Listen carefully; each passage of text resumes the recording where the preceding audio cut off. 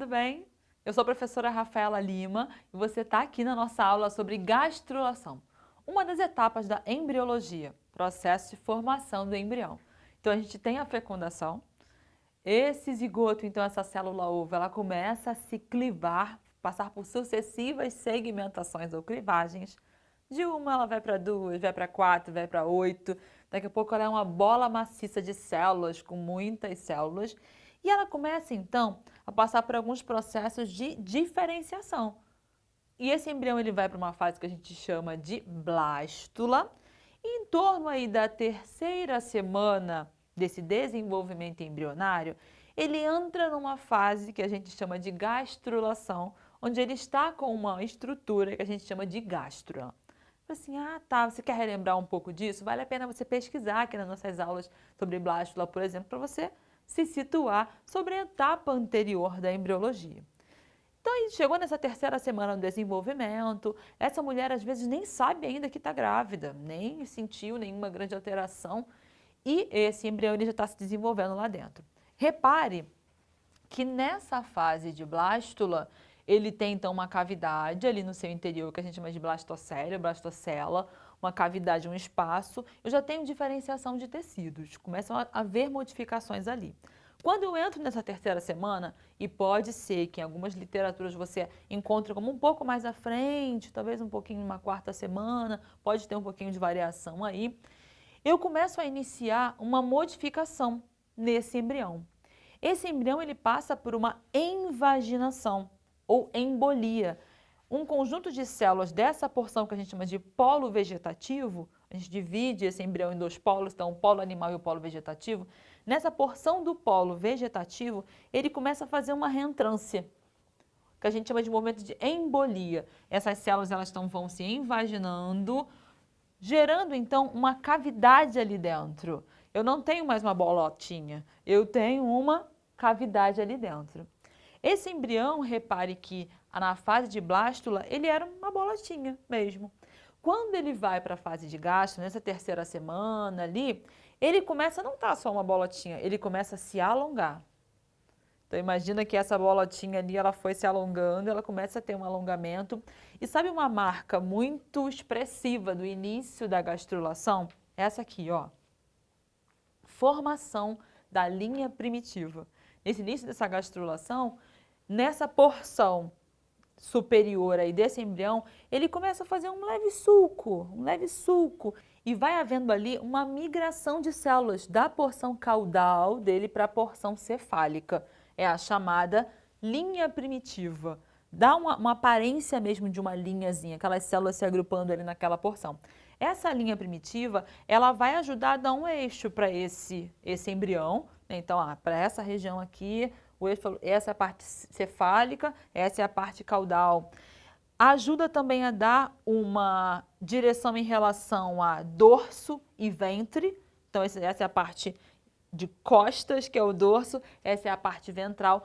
A linha primitiva, ela ajuda a dar esse direcionamento na estrutura corporal desse embrião, para que a gente, ao olhar, saiba diferenciar essas porções. Já começa aí. Então, um ponto marcante aí desse início da gastrulação foi a formação da linha primitiva. Começou a rolar, então, essa embolia, essa invaginação para formar um tubo. Tubo esse que a gente chamou de arquêntero. Uma mega marca dessa fase da gastrulação é essa aqui, ó, o estabelecimento de 3 camadas germinativas. Nessa fase, a gente tem uma diferenciação entre os folhetos embrionários, entre os tecidos desse embrião. Ele tem 3 diferenciações muito marcantes de tecidos. E que tecidos são esses? São esses que eu representei aqui em 3 cores diferentes para você. A endoderme, a ectoderme azul aqui fora e a mesoderme rosa aqui dentro. A gente vai, ao longo da embriologia, sempre usar muito esses termos, os 3 folhetos embrionários. Esses folhetos, a partir de cada um deles, eles vão formar partes diferentes do nosso corpo. Então, tem a ectoderme, tem a mesoderme e tem na parte mais interna a endoderme. Todos os animais vão ter 3 folhetos embrionários? 3 possibilidades, 3 tipos de tecidos aí que vão originar outros? Nem todos. Os animais mais simples que existem são os poríferos, né? As esponjas, eles não têm tecido, então eles não passam por esse processo, tá? E no caso das águas-vivas, dos corais, das hidras, que é o grupo dos quinidários, eles só têm 2 tecidos, eles são diblásticos, só têm 2 tecidos.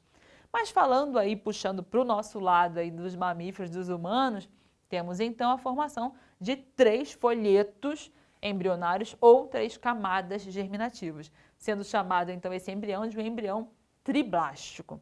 Assim, tá, bacana. Então entendi que é uma marca importante, rolou então uma diferenciação entre 3 tecidos, teve a formação dessa linha primitiva, que é inclusive um marco do início desse processo. Percebi então que houve uma embolia e formei então uma cavidade que é o arquêntero. Mas qual a importância dessa marca?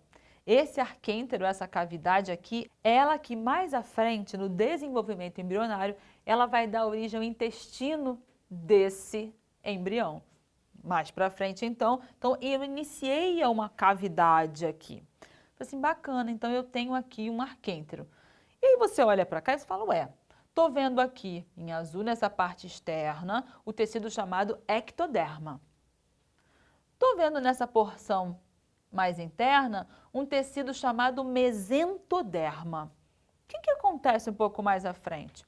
O mesentoderma, ele é a partir dele, do mesentoderma, que ele vai se subdiferenciar em endoderma e ectoderma. Ah, repare que o azulzinho já estava aqui, é o ectoderma, tá aqui, ó, azulzinho. Esse amarelo mesentoderma, eu tenho então uma diferenciação em 2 tecidos diferentes. Que tecidos são esses? A endoderma, tá aqui, ó, que é justamente essa porção que reveste a parte interna, que gera o arquêntero. Então você vê que tem aqui uma lacuna. E também a mesoderma aqui no meio, E repare que ainda sobrou um espaço, a gente representou aqui em branquinho, ó, que é o celoma, a cavidade onde vão se situar alguns órgãos ali. Pegou essa diferença? Então é importante, a gente sempre procura representar para vocês com cores diferentes, para ficar claro tanto a posição desses tecidos, porque essa posição ela importa, então a parte externa é a ectoderma, a parte do meio é a mesoderma, e o mesoderma, repare você que ele envolve o celoma, então ó, tem células rosinhas aqui, e o celoma está no meio, e lá na parte mais interna tem então a endoderme, que é quem vai formar aí esse arquêntero, esse intestino primitivo. Ah, legal. Então você se situou aí no que está acontecendo. A abertura do arquêntero a gente chama de blastóporo. Então a abertura desse arquêntero a gente chama de blastóporo, aquela cavidade ali. E o que percebeu-se com o avanço dos estudos da embriologia? Que o blastóporo ele podia originar em alguns grupos. Ele originava a boca daquele grupo animal, e em outros ele originava o ânus. Então isso acabou servindo de referência de classificação entre animais. Dividindo então, ó, esse grupo de animais a gente chama aqueles que têm uma formação que o blastóporo vai formar a boca ou o ânus, a gente subdivide eles. Então dá uma olhada aqui. O blastóporo pode dar origem à boca ou o ânus.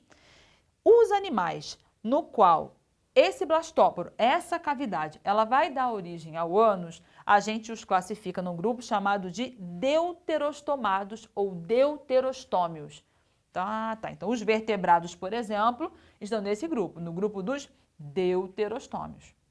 Caso ali, na minha gástrula, formei meu arquêntero, esse blastóporo, tá aqui, ele vai se diferenciar e, na verdade, ele vai formar a boca do animal, daquele grupo animal, como aqui do grupo dos quinidários e de outros invertebrados, eu chamo então esse grupo de protostômio ou protostomados. Quando você vê essa classificação, animais protostomados para lá, deuterostomados para cá, se refere a isso. Os deuterostomados, o blastóporo deu origem ao ânus. Os protostomados ou protostômios, o blastóporo deu origem à boca. E outro evento importante que rolou nessa fase, você fala, gente, essa fase aí, essa terceira semana é super decisiva, super decisiva. Imagina se tem uma falha nesse desenvolvimento, nessa terceira semana, por algum problema, por uma ingestão de algum produto químico. Pode alterar? Pode alterar. Muito importante que acontece também é a formação da notocorda. Nessa estrutura externa desse embrião, vai sendo formado então um bastão rígido, que é a notocorda. Essa notocorda, ela vai servir de base mais à frente para todo o esqueleto axial e também como uma base para o tubo neural. Então, a notocorda, em alguns locais, é claro, isso estamos falando dos animais cordados, né, os que têm o esqueleto axial, os que têm coluna vertebral. Mais à frente no desenvolvimento, a notocorda vai dar origem nesses cordados, nessa parte do esqueleto axial e a base ali para o tubo neural, sistema nervoso super importante. Mas isso são cenas do próximo capítulo. A gente fecha então aqui essa fase da embriologia, que é a gastrulação. Não deixe de fazer uma foto, tirar um print para você ler com calma, estudar e rever esse assunto. Tchauzinho!